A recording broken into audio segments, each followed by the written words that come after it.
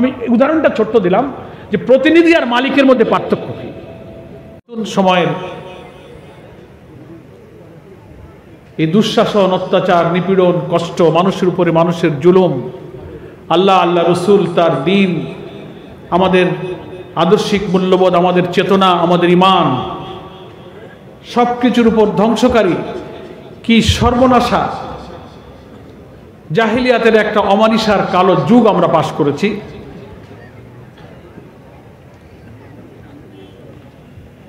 কর্তৃত্ববাদী একটি ফ্যাসিবাদী নির্যাতনের অমানিসার জগদ্দল পাথর আমাদের বুক থেকে আল্লাহ তাআলা গত 5ই আগস্ট অপসারণ করেছেন। আমরা মুক্ত বাতাসে একটু স্বস্তির নিঃশ্বাস ফেলতে পারছি। আপনারাই বলেন, 5ই আগস্ট আল্লাহ রাব্বুল আলামিন আসমান থেকে এই জাতির জন্য, উম্মার জন্য, বাংলাদেশের মানুষের জন্য, এই মিল্লাতের জন্য যে দয়া, যে করুণা নাজিল করেছেন,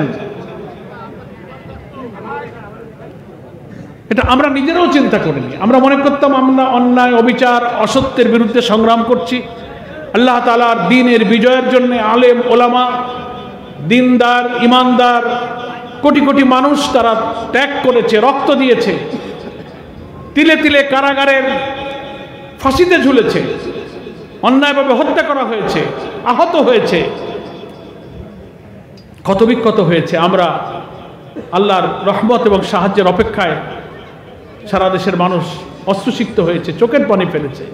কিন্তু আমরা বুঝতে পারিনি যে 5ই আগস্ট একই সঙ্গে আল্লাহ তাআলা এইভাবে এই জাতির প্রতি করুণা এবং দয়া নাজিল করবেন। আমরা সবাই বিস্মিত হয়েছি, অবাক হয়েছি। আলহামদুলিল্লাহ, আলহামদুলিল্লাহ। বাংলাদেশের ফ্যাসিবাদ বিরোধী সকল রাজনৈতিক দল রাজপথে প্রায় 15 বছর চেষ্টা করেছে এদেশের জুলুম, অবিচার, অত্যাচার, বৈষম্য, অনাচারের অবসান ঘটাবার জন্য, কিন্তু হয়নি।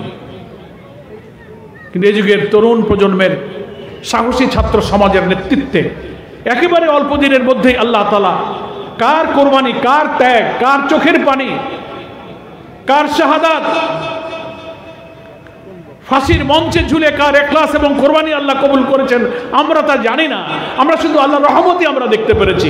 আলহামদুলিল্লাহ। তাই শুকরিয়া আদায় করার জন্য এই কথাটা আমার অতিরিক্ত অন্তর থেকে বলার ইচ্ছা হলো যে এই শুকরিয়া আদায় না করলে, লাইন শাকারতুম লাযিদান্নাকুম, যারা আল্লাহ তাআলার শুকর আদায় করে আল্লাহ তাআলা তাদের নেয়ামত আরো বেশি করে বাড়িয়ে দেন, নাকি বলেন?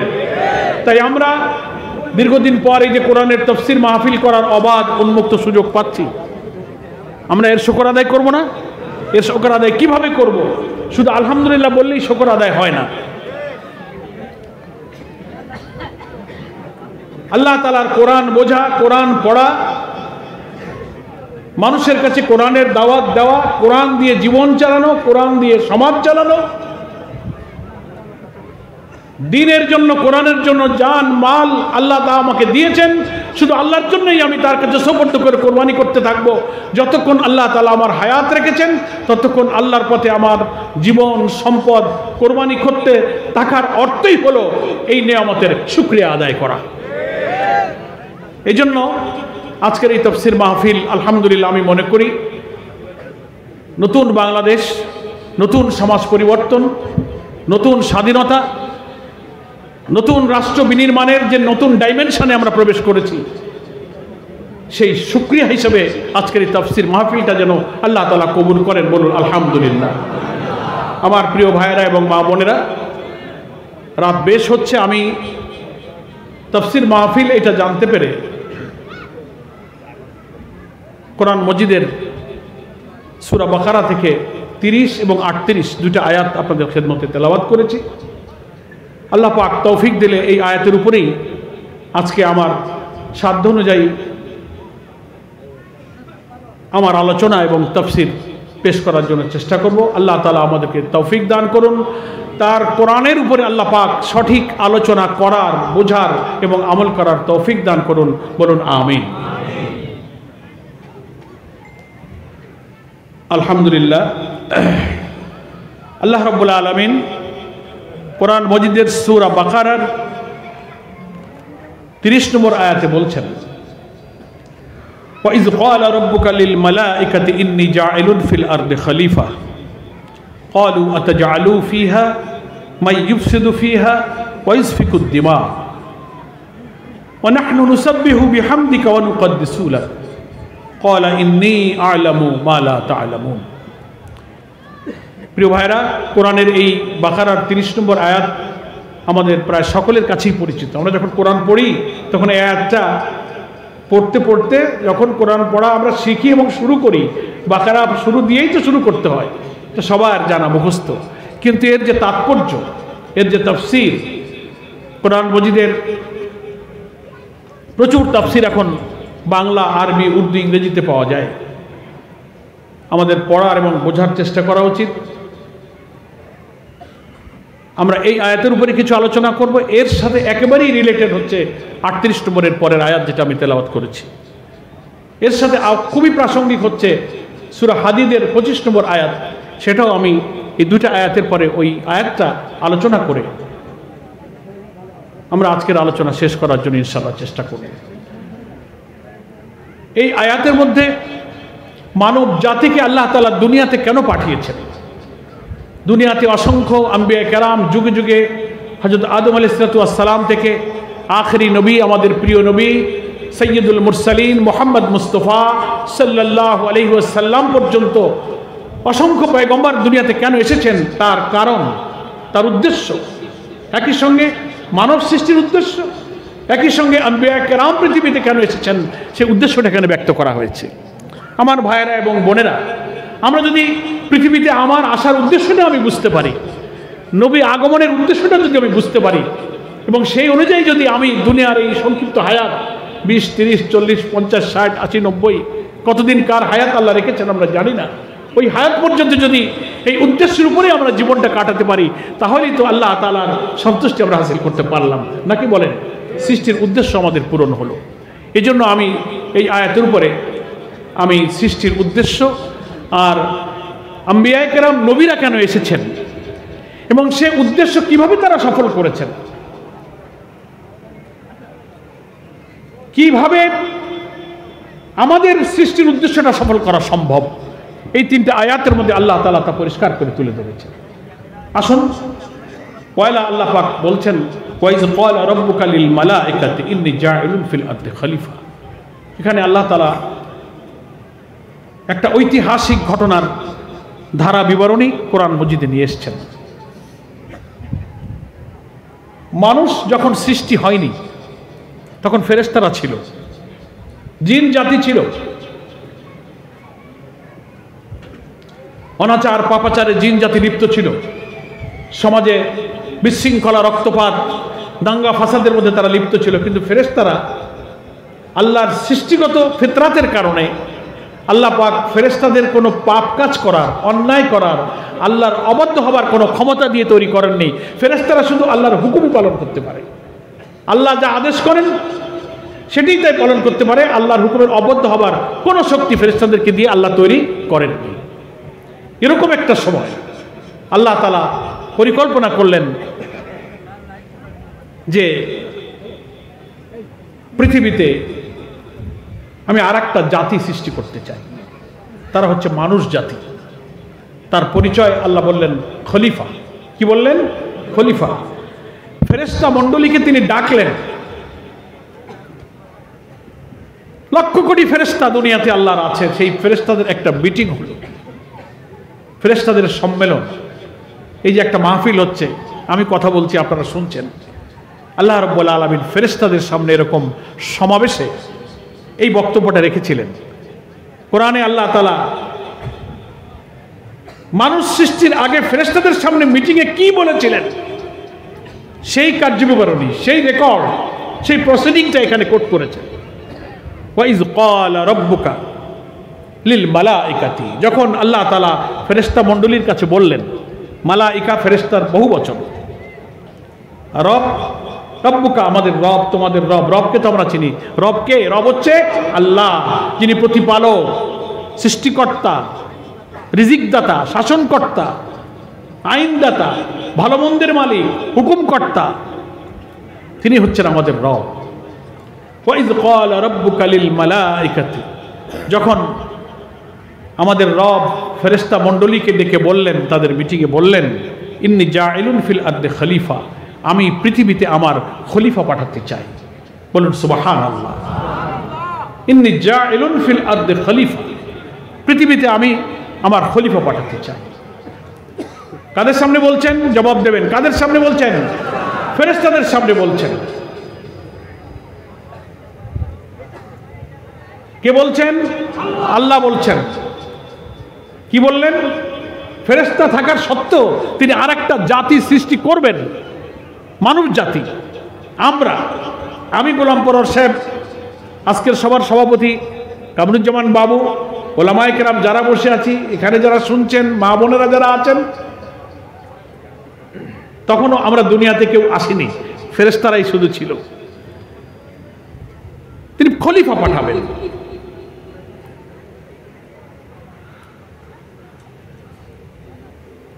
খলিফা পাঠাবার এই আকাঙ্ক্ষাটা আল্লাহ ফেরেশতা মণ্ডলীর কাছে ব্যক্ত করার পর ফেরেশতারা কি উত্তর দিচ্ছেন এখন শোনেন। মিটিংয়ে ফেরেশতারা ছিল তো, তাদের সামনে আল্লাহর এই ইচ্ছাটা কেবল উনি বলেছেন। ফেরেশতারা জবাব দিচ্ছেন, ক্বালু আতাজআলু ফিহা মান ইফসিদু ফিহা ওয়া ইসফিকুদ দিমা। তারা বলল যে আপনি যে জাতিকে পাঠাবেন, মানব জাতি বা খলিফা নামে আপনি যাদেরকে অভিষিক্ত করছেন, খলিফার ব্যাখ্যাটা আমি একটু পরে করছি, এই আয়াতের অর্থটা বলেনি।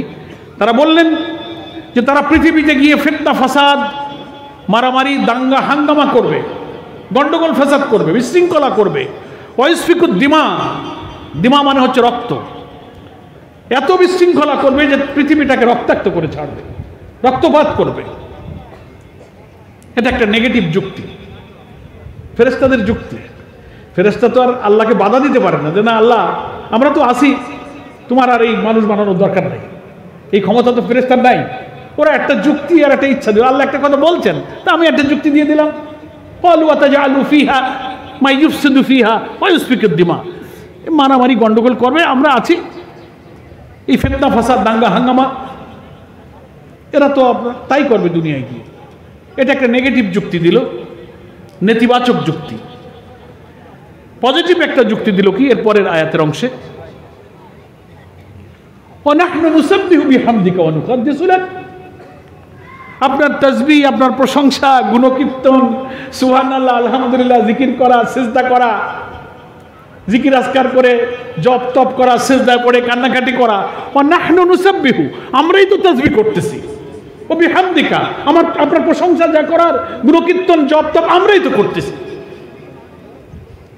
মানে ভাবটা এরকম যে ইবাদত, বন্দেগী, তাসবিহ, রুকু, সিজদা আমরাই তো করতেছি। ফেরেশতারা আপনার কম হইল কি? আপনি আরেকটা জাত কেন পাঠাবেন?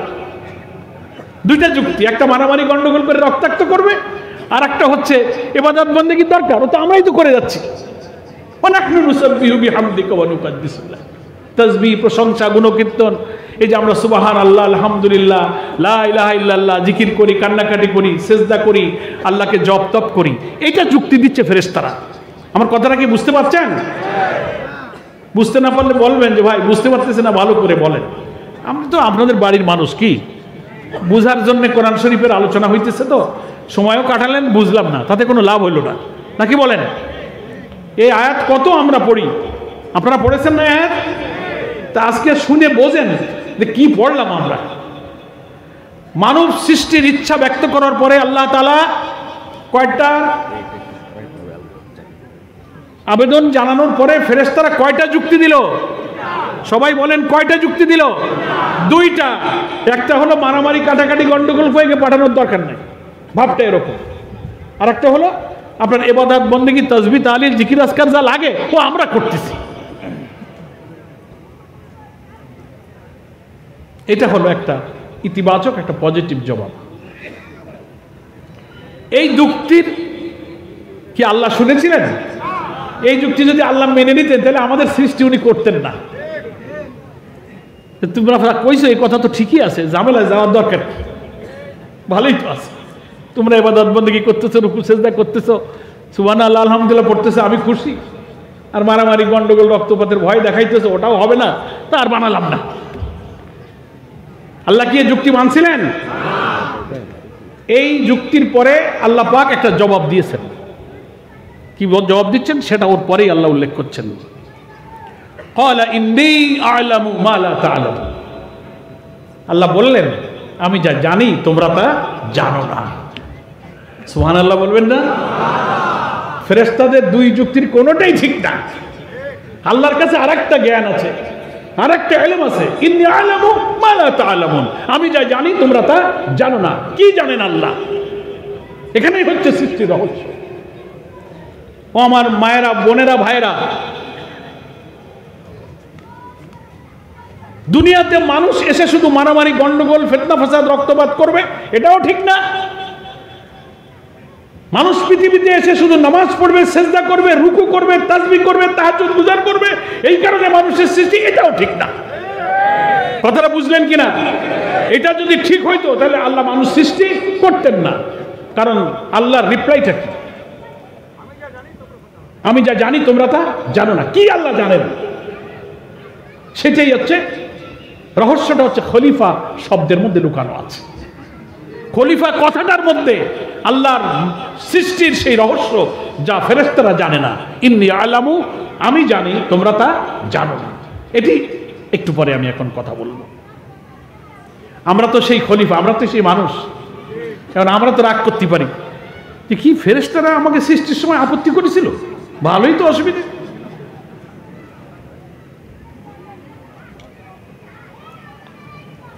এই জন্যই যাদেরকে পাঠানো হলো তাদের নাম খলিফা। সবাই বলুন কি? খলিফা। খলিফা কথার অর্থ কি? প্রতিনিধি। এই তো এলেম কালাম আছে ভালো, আলহামদুলিল্লাহ। আবার গ্রামে কিন্তু দর্জিকে অনেক সময় খলিফা করতো, কয় সালাম খলিফা। এই মুরব্বীরা জানে, এখন আর আধুনিক যুবক ছেলেপেলেরা জানে না, নাকি বলেন?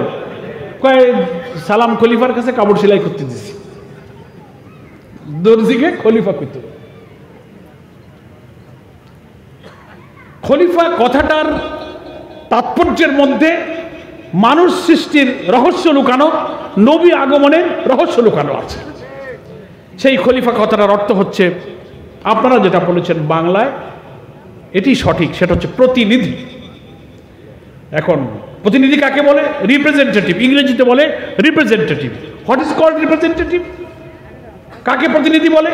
প্রতিনিধি হচ্ছে সেই যে তার একজন মালিক থাকবে। তিনি মালিক নন, তার একজন মালিক থাকবে। তিনি কোন সত্তাকে, কোন ব্যক্তিকে, কোন সৃষ্টিকে কিছু নির্দেশ দেবেন, কিছু আদেশ দেবেন, নির্দেশনা দেবেন। তাই তিনি অক্ষরে অক্ষরে মানবেন, পালন করবেন, একটু বাড়াবেনও না, কমাবেন না, নিজের চিন্তা তার মধ্যে ঢুকাবেনও না। মালিক যা বলেছে অক্ষরে অক্ষরে সেটা সে পালন করবে। তিনি হচ্ছেন উপযুক্ত প্রতিনিধি, তিনি হচ্ছেন আসল রিপ্রেজেন্টেটিভ। কথা বুঝে আসছে? আমি একটা ছোট্ট উদাহরণ দিলে বুঝতে সহজ হবে। এই যে আমাদের দেশে দেখবেন কিছু কোম্পানি আছে, কিছু দোকান আছে, এজেন্সি আছে। হেড অফিস ঢাকায় থাকে, ব্রাঞ্চ অফিস জেলায় জেলায় থাকে। বাটার জুতোর দোকান আছে। বাটা একটা কোম্পানি না? অনেক কোম্পানি আছে, অ্যাপেক্স আছে, নানান কোম্পানি আছে। দেখবেন কিছু কোম্পানি হেড অফিস আর মালিক থাকে ঢাকায়, সব জায়গায় শাখায় তার কিছু এজেন্সি, কিছু ম্যানেজার চাকরি দিয়ে ঠিক করে। তারে বলে যে তোমারে আমি নিয়োগ করলাম, তুমি আমারই বেচা কেনা করবা। এই জুতোর দাম এত, 36 টাকা 33 পয়সা লেখা থাকে। গেছেন না জুতোর দোকানে? তা কথা কন না কেন? 23 টাকা 6 পয়সা এরকম একটা থাকে। আপনি দোকানদারের কাছে গিয়ে বলবেন যে বাবা এই 23 টাকা কেন, তুমি 20 টাকা নাও। ও কি 20 টাকায় দেবে? দেবে না। কেন দেবে না কন্দি? ও নিজে মালিক না, ও ওর খলিফা, ওর প্রতিনিধি, ওর চাকর। ও 2 টাকা কম নিলে মালিককে ওই 2 টাকা বুঝাই দেওয়া লাগবে। ওর কমানোরও ক্ষমতা নেই, বাড়ানোরও ক্ষমতা নেই। ওর মধ্যে নিজের কোনো মতামত ঢুকাবারও কায়দা নেই। কারণ ও নিজে মালিক নয়, ওর আরেকজন মালিক আছে, ও তার প্রতিনিধিত্ব করে। সে মালিককে রিপ্রেজেন্ট করছে, ফলে তার ওখানে কোনো কথা চলবে না।